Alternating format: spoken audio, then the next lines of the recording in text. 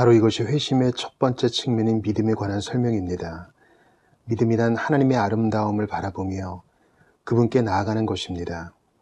성령님을 통해 아버지 하나님과 아들 예수 그리스도의 아름다움을 바라보며 날마다 그 아름다움을 더 깊이 누리며 하나님께 더 가까이 나아가는 것입니다. 회개, 죄의 혐오스러움을 바라보며 죄에서 돌이킴. 이어서 회심의 두 번째 측면인 회개에 대해서 살펴봅시다. 회개는 전 인격이 죄로부터 돌이키는 것입니다. 이 회개 또한 하나님의 아름다움을 통해서 설명할 수 있습니다.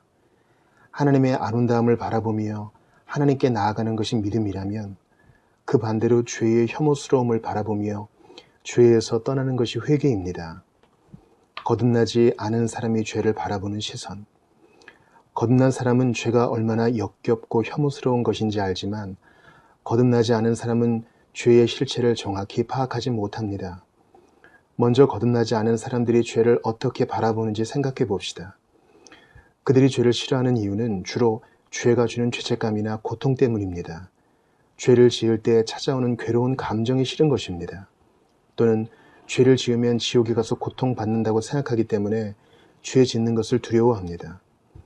다른 종교를 가진 사람들을 생각해 보십시오. 그들 중에는 작은 잘못에도 크게 죄책감을 느끼는 사람들도 있습니다. 또 이단들을 생각해 보십시오. 그들은 지옥에 떨어지기 싫어서 교주를 따릅니다. 거듭나지 않은 사람들도 죄가 주는 죄책감이나 죄로 인한 고통 때문에 죄를 싫어할 수 있다는 말입니다. 거듭난 사람이 죄를 바라보는 시선. 그렇다면 거듭난 사람은 죄를 어떻게 바라볼까요? 거듭난 사람도 죄가 주는 죄책감이나 고통을 싫어합니다. 하지만 궁극적으로는 다른 이유로 죄를 싫어하고 혐오합니다. 죄란 하나님의 말씀에 불순종하거나 부족한 것입니다. 다르게 표현하면 죄란 하나님에 대한 적개심을 가지고 그분을 모욕하고 무시하고 조롱하는 것입니다. 앞서 살펴본 것처럼 거듭난 사람은 하나님이 아름다우시고 사랑스러우시다는 것을 압니다. 하나님께 가장 어울리는 것이 영광과 존귀와 찬송이라는 것을 압니다.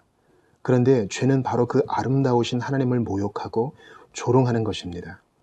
사랑스러운 하나님께 결코 하지 말아야 할 일을 하는 것이 바로 죄입니다. 여러분이 가장 사랑하는 사람을 떠올려 보십시오. 우리 눈에 가장 아름다워 보이는 아내나 가장 사랑스러워 보이는 자녀를 떠올려 보십시오. 누군가가 우리의 가족들을 모욕하고 가족들에게 오물을 던지고 위협하고 조롱하는 행동을 한다면 어떤 마음이 들겠습니까? 그 모든 행동이 혐오스럽게 보일 것입니다. 거듭난 성도의 눈에 죄가 바로 그렇게 보입니다.